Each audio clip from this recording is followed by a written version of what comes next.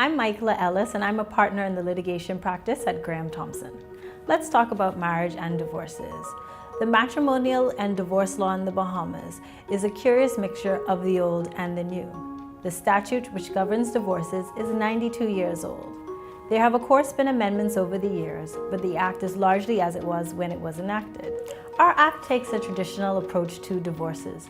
There are 5 grounds of divorce: adultery, cruelty, separation for a period of 5 years, desertion for a period of 2 years, and the last one, which is hardly ever used. Unfortunately, the Bahamas is not a no-fault jurisdiction. This means that in the Bahamas, we don't have the ground of irreconcilable differences. That means that persons applying for a divorce must present evidence in support of the ground in which they are seeking the divorce on.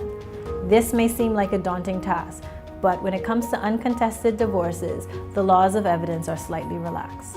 I frequently get asked how the court deals with the division of assets on divorce. The Bahamian courts have followed the approach in the Commonwealth and in the United Kingdom. The court tries, so far as is practicable, to place the parties in the position that they would have been had the marriage not been dissolved. This means that the court takes a 50-50 approach to the division of assets unless there is good reason to depart from that position.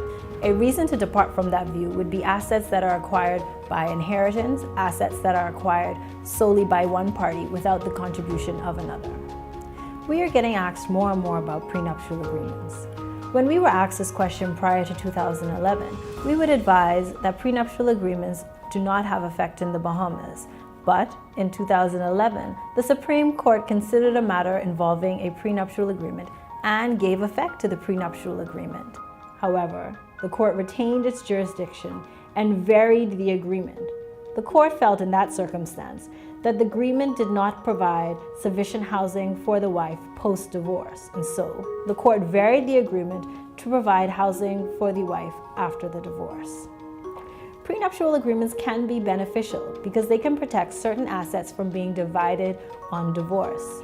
Assets which can be ring-fenced or protected are assets which are, again, acquired by inheritance, assets that are acquired solely by one party, and assets which aren't used for the benefit of the family.